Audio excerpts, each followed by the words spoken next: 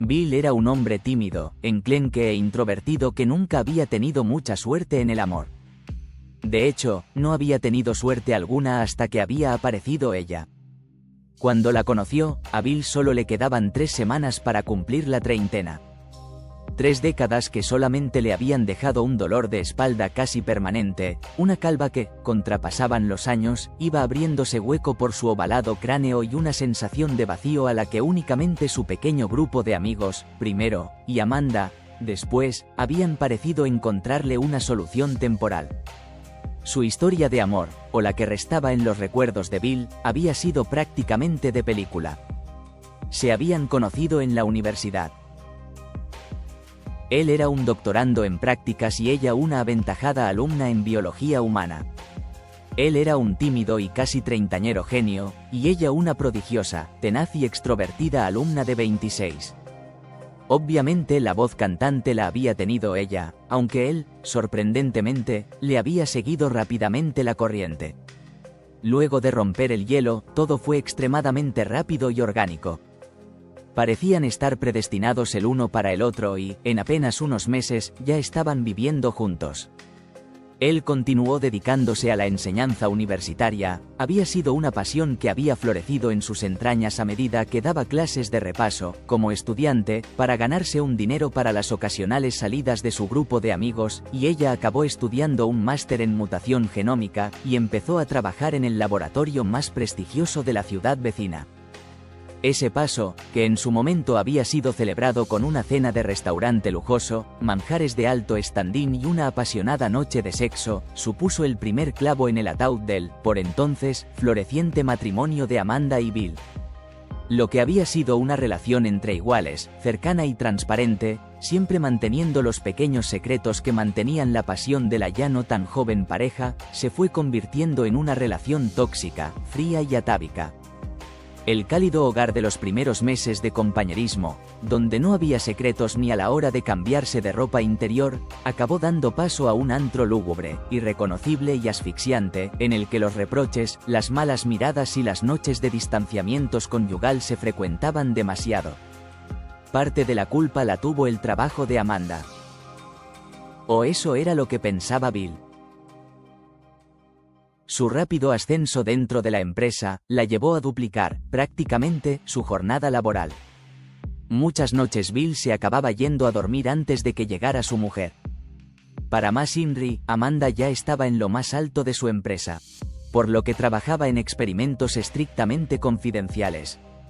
De haberle contado algunas de las cosas que había presenciado, ambos se habrían derrumbado.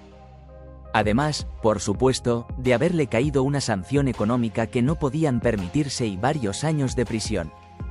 La soledad y el sentimiento de culpa acabaron convirtiéndose en amigos inseparables de Amanda, y esa barrera psicológica que le dificultaba, todavía más si cabe, levantarse cada mañana de su cama, acabó suponiendo el segundo clavo en su matrimonio.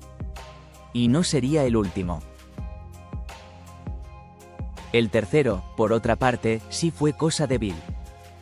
Su infancia había estado marcada por la ausencia de su padre.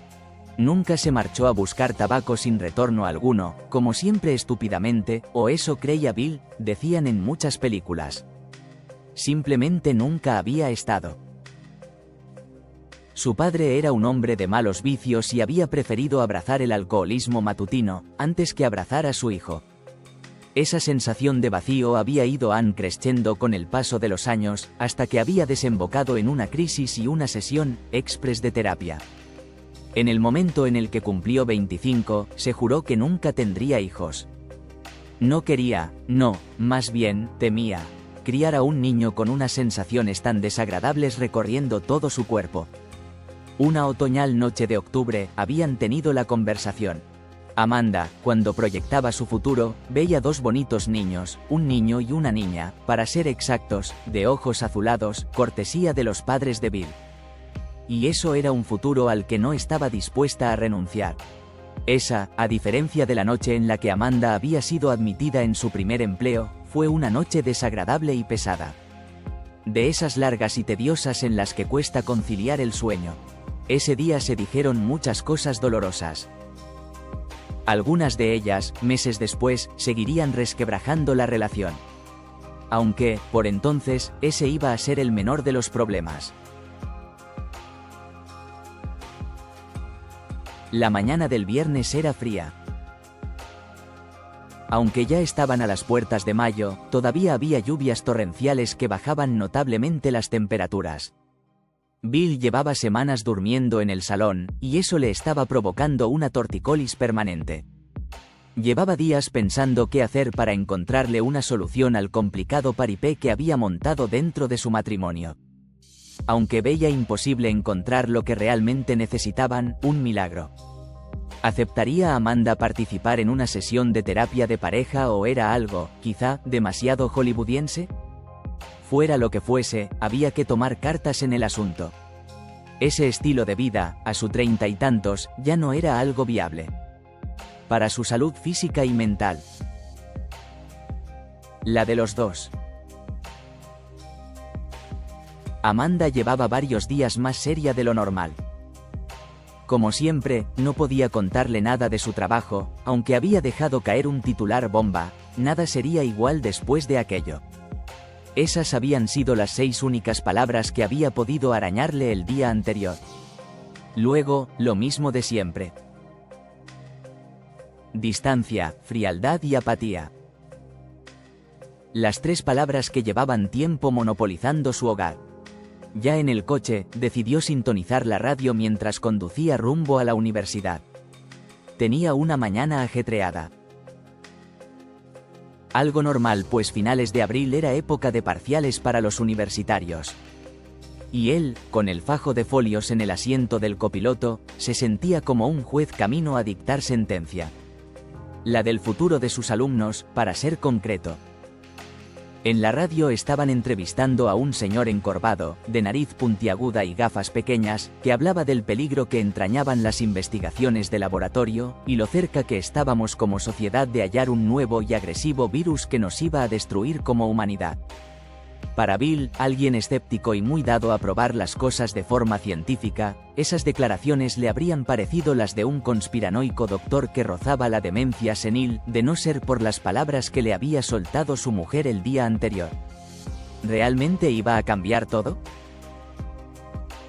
Lo decía porque habían hallado un virus parecido o, quizá, por un producto farmacéutico nuevo que iba a salir en el mercado.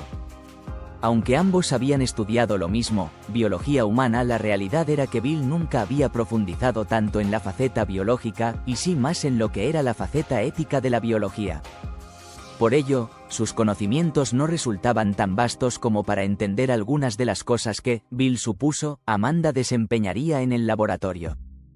Bill decidió quitarse de la cabeza aquella supuesta teoría conspiranoica, y prefirió centrarse en la realidad que le rodeaba. Hoy tenía exámenes muy importantes y una enorme cantidad de trabajo. Cuando llegara a casa, ya pensaría qué y cómo plantearle la pregunta a Amanda.